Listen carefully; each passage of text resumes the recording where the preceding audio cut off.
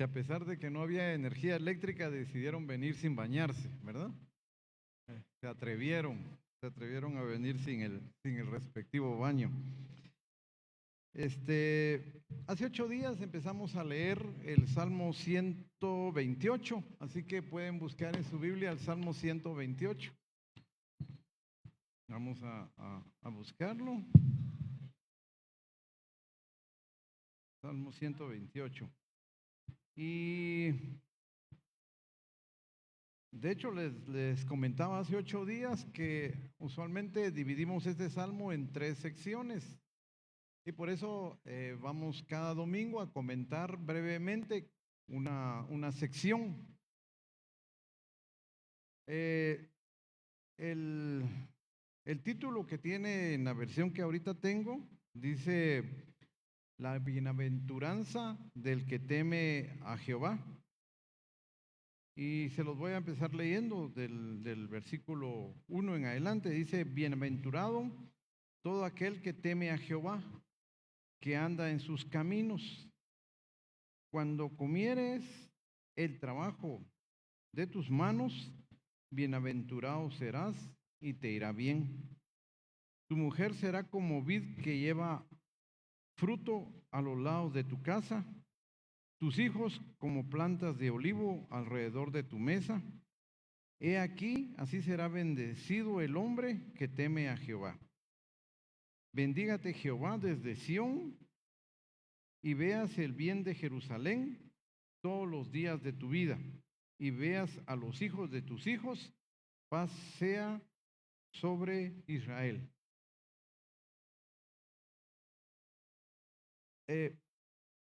Estaba recordando que, por ejemplo, hay muchos libros que uno puede leer sobre la familia, sobre el matrimonio, sobre los hijos, pero también existen libros sobre prosperidad financiera, ¿verdad? Hay libros muy famosos. Uno de los que fue muy famoso es Padre Pobre, Padre Rico, o Piense y Hágase Rico, etcétera, ¿verdad? Hay muchos libros que nos hablan de cómo prosperar financieramente y cómo educar a la familia, cómo llevar bien un matrimonio, etcétera. Hay muchos libros. Pero este Salmo 128, yo creo que nos da el secreto de todo, ¿verdad? De todos estos libros nos da el secreto cuando nosotros decidimos llevarlo a cabo. Entonces, recordemos que la palabra bienaventurado es un término dichoso, feliz, y de hecho incluso hay libros de cómo ser feliz, o podemos googlear muchas maneras de cómo ser feliz, pero el libro acá nos dice cómo ser dichosos, y una de las cosas que dice es temer al Señor, ¿sí? Y andar en sus caminos, que fue con lo que empezamos hace 8 días, que es conocer lo que el Señor dice y obedecerlo. Y este es un tema, créanme, que no está enfocado solamente a los padres, sino es un tema específicamente para ustedes jóvenes, para ustedes adolescentes, porque muchos quizá hemos vivido y hemos cometido errores, pero la palabra nos dice cómo ser bendecidos y cómo ser bienaventurados y cómo ser dichosos y cómo ser felices y cómo ser prosperados. La palabra nos lo menciona acá en estos pequeños versículos. Y créanme, jóvenes, y créanme, adolescentes, que si ustedes temen al Señor y obedecen y hacen lo que la palabra dice, van a ser realmente bendecidos. Entonces, el enfoque de bendición, que es la promesa de Dios, no es solamente estudiar o tener una profesión o que le hereden a uno dinero, o que le hereden casas, o que tenga a los padres, o que haya tenido a los padres. No. La palabra aquí nos dice que el éxito en la vida es temer al Señor, pero decimos que no es un temor de miedo, es un temor reverente, es producto de un amor, que uno no va a hacer algo que sabemos que al Señor no le agrada. Y andar en sus caminos es conocer lo que la Biblia dice y obedecerla. ¿Sí? No, que nos puede costar, nos cuesta. Incluso ganar un examen no cuesta, hacer una tarea les va a costar, pero conocer lo que Dios dice y obedecerlo también puede costar, pero hay que hacerlo. ¿Sí? Sabemos que en una escuela no todos van a sacar 100 puntos, pero se puede ganar con 60 y entonces hay de 60, hay de 70, hay de 80, pero es una manera en que se está ganando un curso. Pero aquí también la obediencia es un aspecto importante en la vida cristiana. En el libro de Tercera de Juan, es un versículo muy conocido, uno dice: amado, yo deseo que tú seas prosperado y que tengas salud, así como prospera tu alma. Es un deseo para una persona que sea prosperado, y dice en todas las cosas. Y cuando dice en todas las cosas, pues deseamos que tenga una prosperidad en todo sentido, ¿verdad? En todo sentido, en el trabajo, en la profesión, que sea prosperado en cada aspecto de su vida, que es lo que uno desea, que les vaya bien, ¿sí? Que le vaya bien y que esté bien, eso es muy importante. Entonces la palabra dice: amado, yo deseo que tú seas prosperado, ¿sí? En todas las cosas, y que tengas salud, así como prospera tu alma. Que la salud es un aspecto muy importante en nuestra vida, y que nos vaya bien en todo, pero dice así como prospera tu alma, o sea, así como tenemos un conocimiento del Señor y obedecemos lo que Él dice. Entonces, en este salmo nos dice cómo ser bendecidos.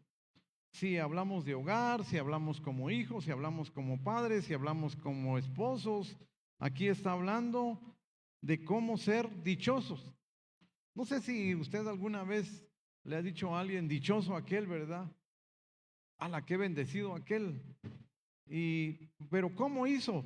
¿O cómo le hizo usted para hacer esto? Yo recuerdo, tenía un compañero en la universidad que siempre decía: a la mano, ¿cómo le hizo usted para esa nota? Pero era una manera de él, era humilde, decía: ¿cómo le hizo usted para tener esta nota? Pero él también estudiaba, ¿verdad?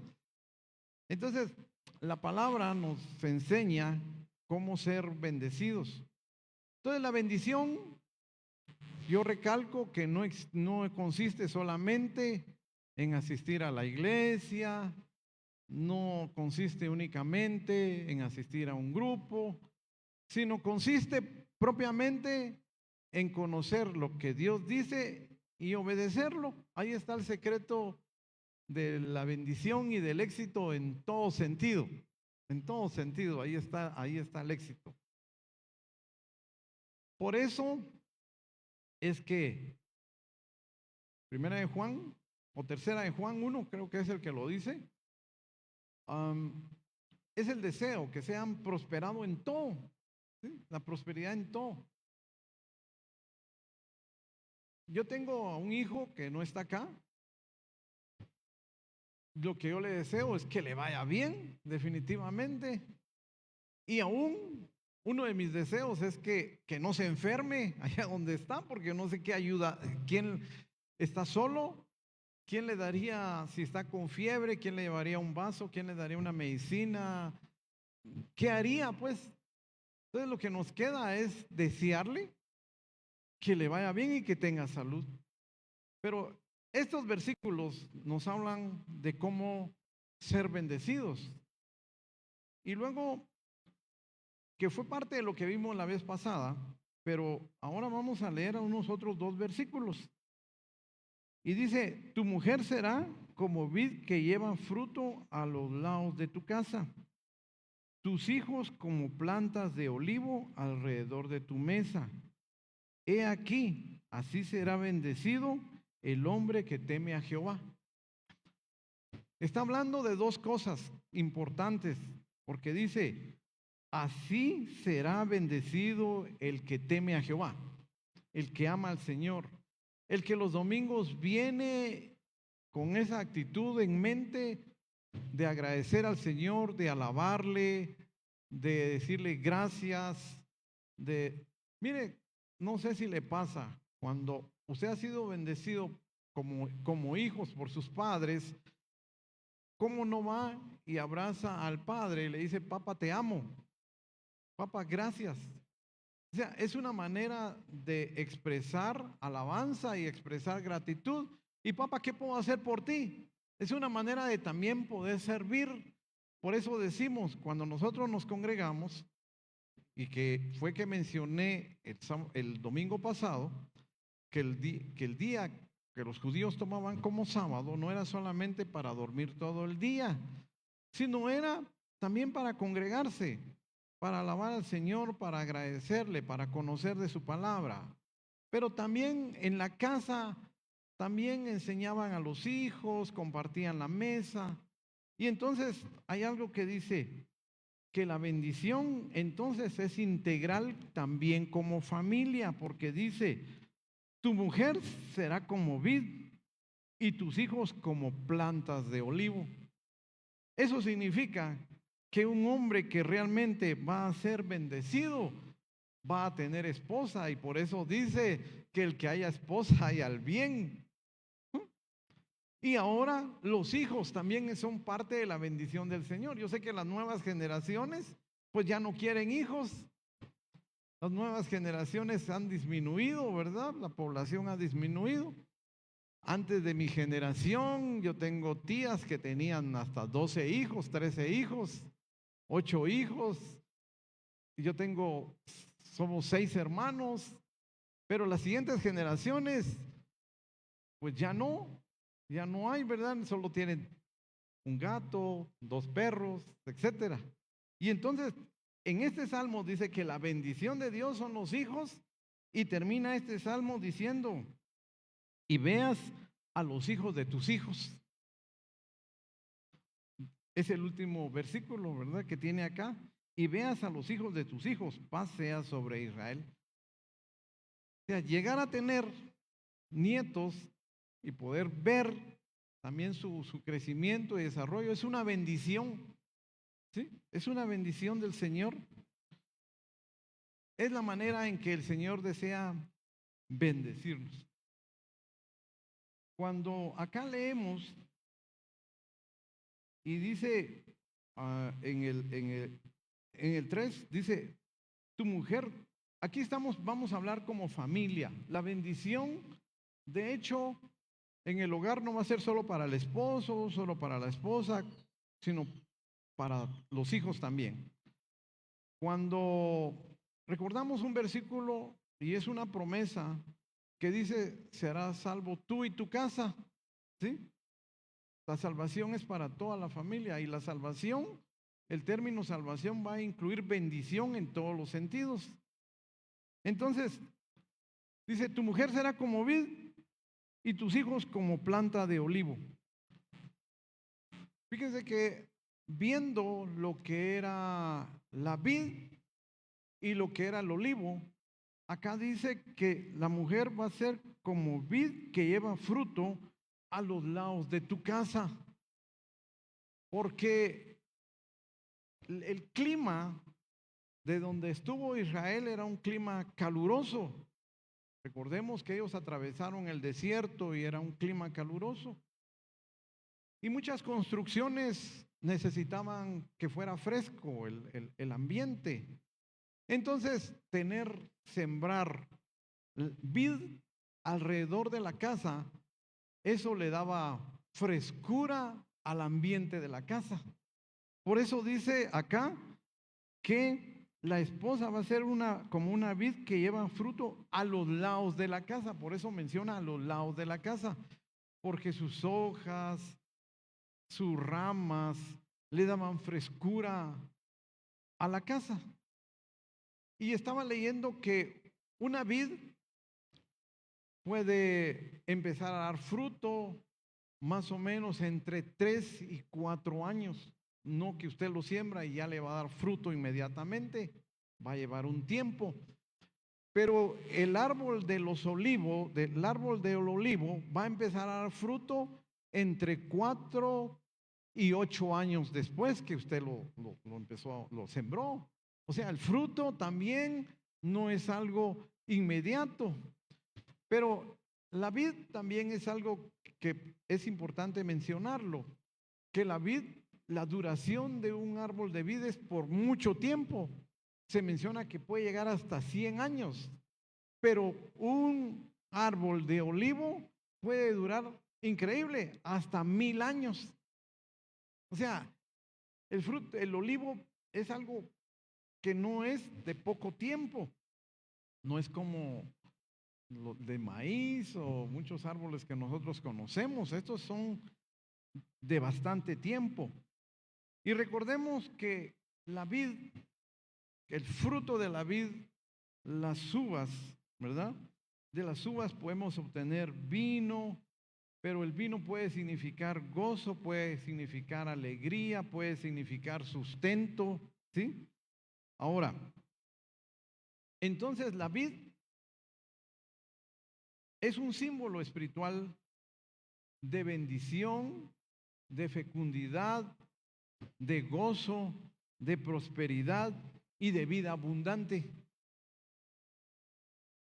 Yo pienso, y ha sido un concepto, que el hombre que tiene esposa haya el bien y dice, y el favor de Dios, yo pienso que es importante en el hombre tener un hogar, tener un matrimonio, tener una esposa, porque de una u otra forma se va a ver forzado quizá a ver cómo suple el sustento del hogar. ¿Sí? Muchas veces el temor a casarse es porque, y el temor también a tener a los hijos es cuando uno dice cuánto cuestan los pañales, cuánto cuesta la leche, cuánto cuesta el pediatra, cuánto cuestan las vacunas, cuánto cuesta los... Miren, y cuando empiezan a hacer cuentas antes de eso se asustan. Pero si es el Señor quien está proveyendo y está diciéndole que el Señor es el que va a proveer, entrémosle porque la bendición completa entonces la podemos ver acá de que es integral como hogar. Y entonces, hijos, ustedes son una bendición para sus padres, son una bendición para el hogar, ¿no? Son una bendición. Entonces, ¿por qué compara el Señor a la esposa con la vid? ¿Sí? Porque la vid es fértil, produce bastante, ¿ya? Y ahí es donde podemos ver, nos podríamos compararlo con la mujer de Proverbios 31. ¿Sí? Pero una esposa, cuando acá mencionamos que la vid es como simbólico de fertilidad y de producción, pues habla entonces de la esposa, y la esposa dentro del hogar, ¿sí? Dentro de esta productividad y fertilidad, una esposa igual que una vid que da sombra, que da frescura a una casa, también una esposa bendice el hogar, ¿sí? Aporta vida al hogar, influye espiritualmente en el hogar. Es lo que nos está diciendo este salmo. Entonces, pero cuando alguien, un agricultor, siembra una vid, también una vid necesita cuidado, necesita protección, necesita abonarse la tierra, necesita cuidarse la tierra. Y entonces al varón, que la palabra empieza diciendo bienaventurado, una de las cosas que le toca entonces es cuidar su vid, ¿sí? Cuidar su vid para que esa vid sea fructífera. Entonces, aquí hablándole a los varones, podríamos decir que el varón, que haya esposa, haya el bien, y que tiene esta promesa, que si hace lo que la Biblia dice y lo aplica a su hogar, también esto va a significar que con su esposa va a empezar a actuar teniendo atención, teniendo, igual que un agricultor con la vid, protección, cuidado. De hecho, cuando uno siembra una planta, tiene que buscar que sea un buen terreno, ¿verdad? Porque eso también es importante, que sea un buen terreno, que se pueda abonar.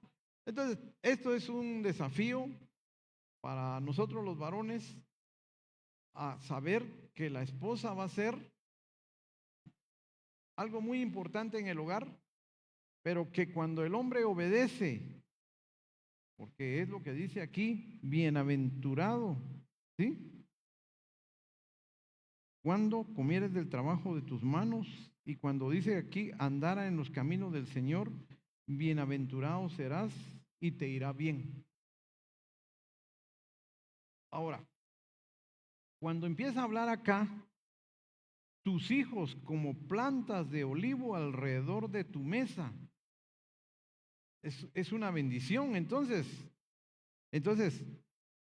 yo les decía que las plantas de olivo, también sabemos la bendición del fruto que producen, pero cuando vemos cuánto dura, y que les decía, dura 1000 años, incluso estaba leyendo que puede llegar a durar hasta 3000 años un árbol de olivo. Eso significa generaciones, ¿verdad? Si yo sembrara un árbol de olivo, y Dios, no, tal vez ya ni voy a ver cuando empiece a dar fruto, menos en las siguientes generaciones.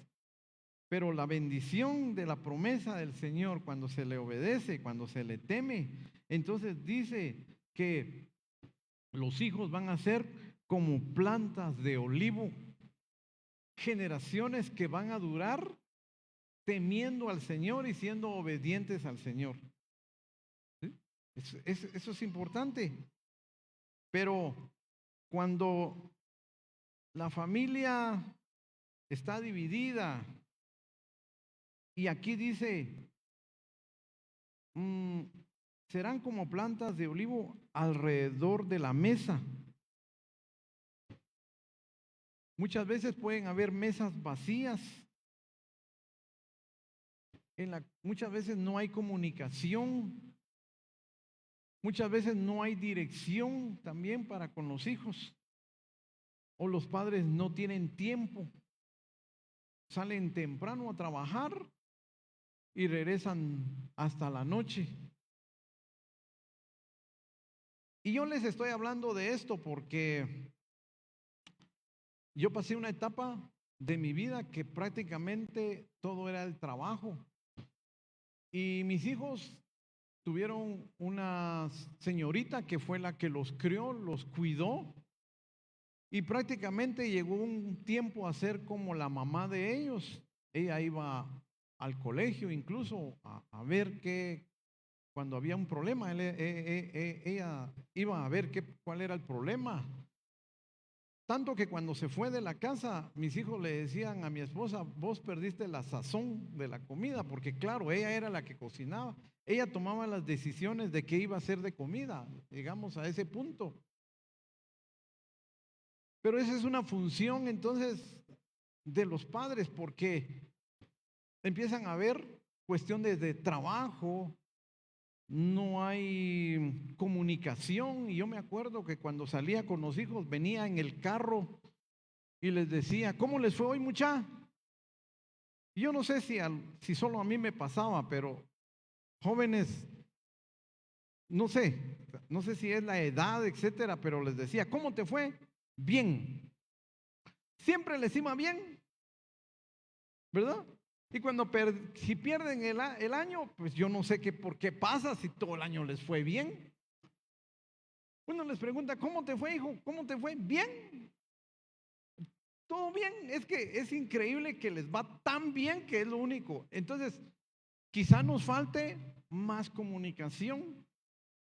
Y de ahí, cuán importante dice acá, en ese versículo, ¿verdad?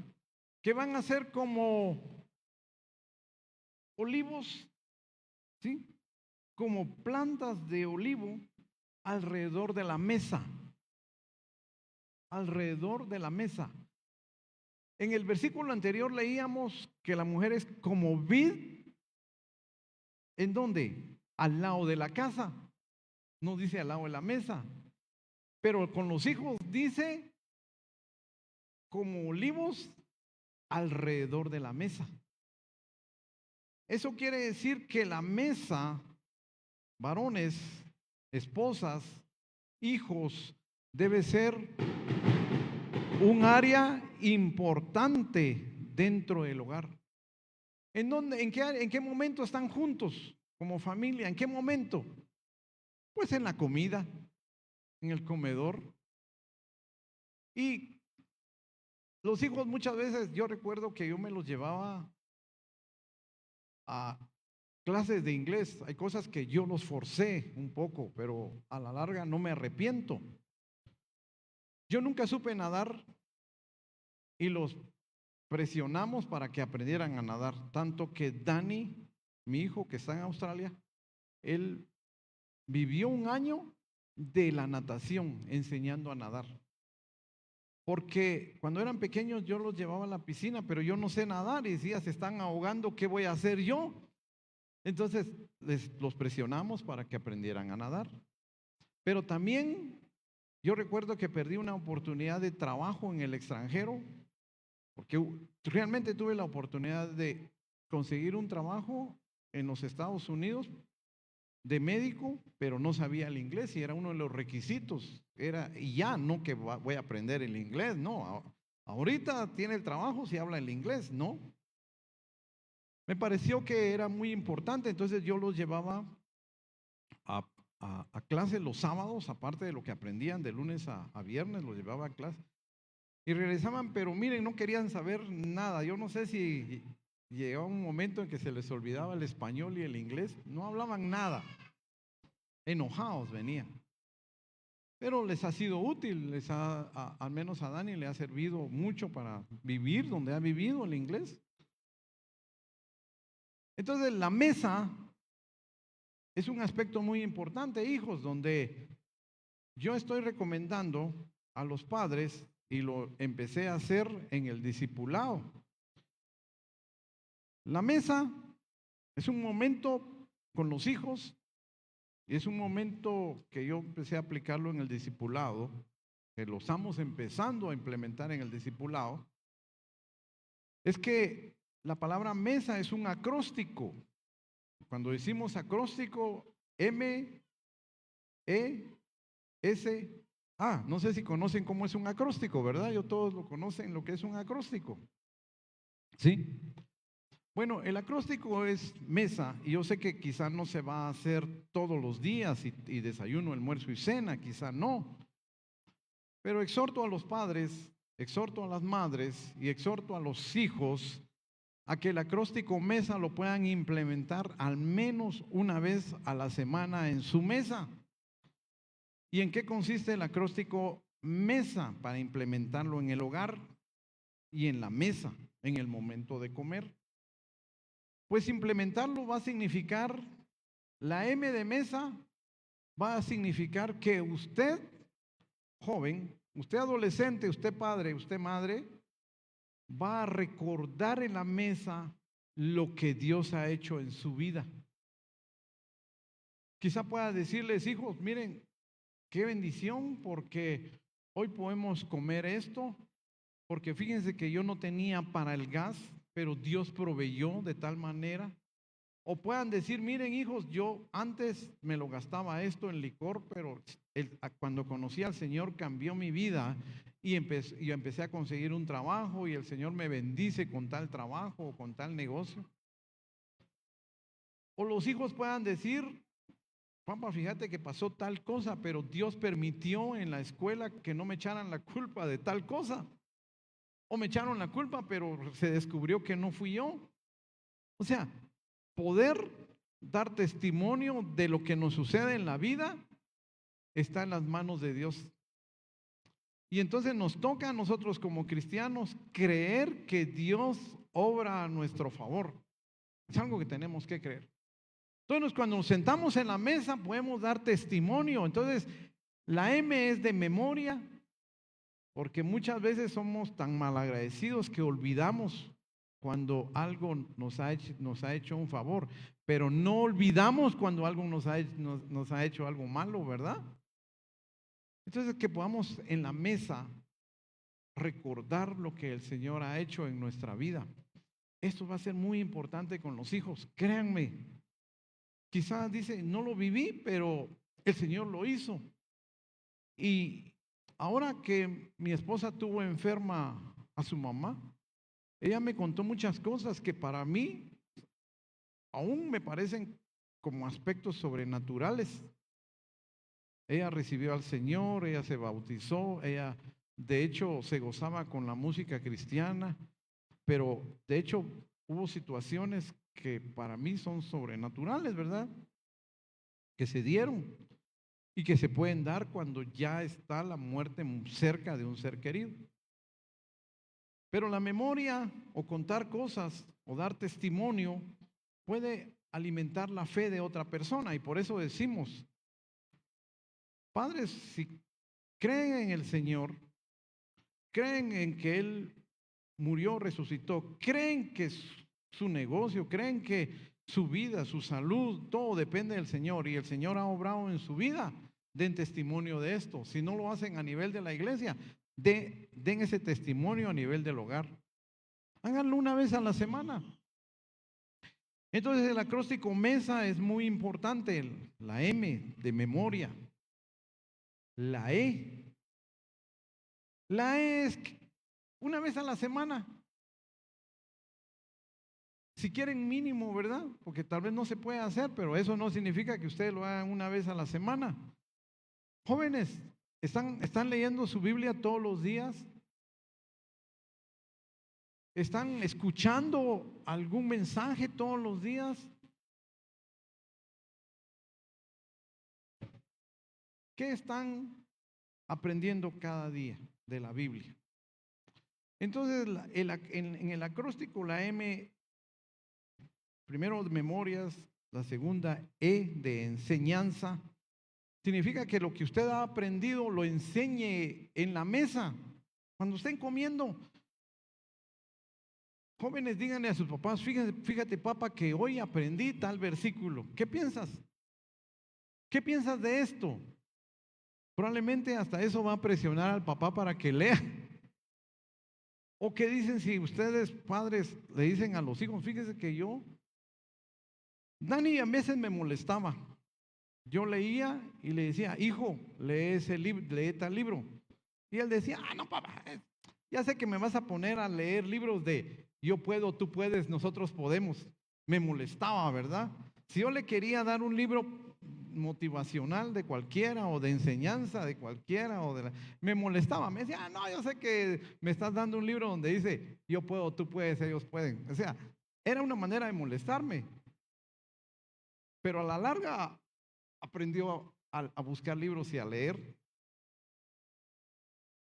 Enseñen en la mesa enseñen la palabra.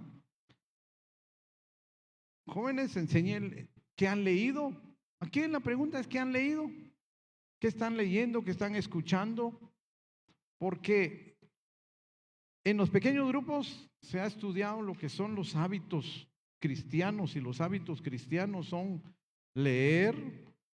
Hay como 13 hábitos, pero no voy a mencionarlos todos, pero los más importantes es poder leer, poder orar, poder meditar en la palabra, poder asistir, poder servir, etcétera. Pero ¿qué dicen si enseñan hay tanto que enseñar en la mesa? ¿Sí? Ahora, también pensemos en el acróstico de mesa, en la S. La S lo pusimos en práctica hace como 15 días en el discipulado. Y créanme que cuando uno presiona, van a tener que responder. Y en esto, en la mesa, pues yo les pregunté a algunos qué sueños tienen. Y muchas veces uno asume que los hijos van a hacer lo que uno piensa que van a hacer. Yo recuerdo con la hija grande, yo le decía, me gustaría que estudiaras medicina. Alguna vez lo mencioné, ¿verdad? Y ella decía, me siguió la corriente. A veces los hijos le siguen la corriente, ¿verdad? Con tal que ya no me molesten, voy a seguir la corriente. Pero un año antes de que empezara la universidad, me dijo, yo creo que odontología me gusta. Entonces dice uno, bueno, está relacionado con la medicina. Bueno, como quien dice, para que no me pregunten, no me digan nada, ¿verdad? Cuando se metió a la universidad, a derecho. Sus sueños son diferentes. Padres, los sueños de sus hijos son diferentes a los sueños de ustedes. ¿Sí? Yo hace poco supe de la muerte de un médico aquí en Shela, que yo digo, los hijos hubieran seguido eso, pues. Pero yo sé que le fue fenomenal a este médico económicamente, ¿verdad? Pero probablemente él soñó con que sus hijos fueran médicos. Él soñó, pero probablemente sus hijos no era ese su sueño.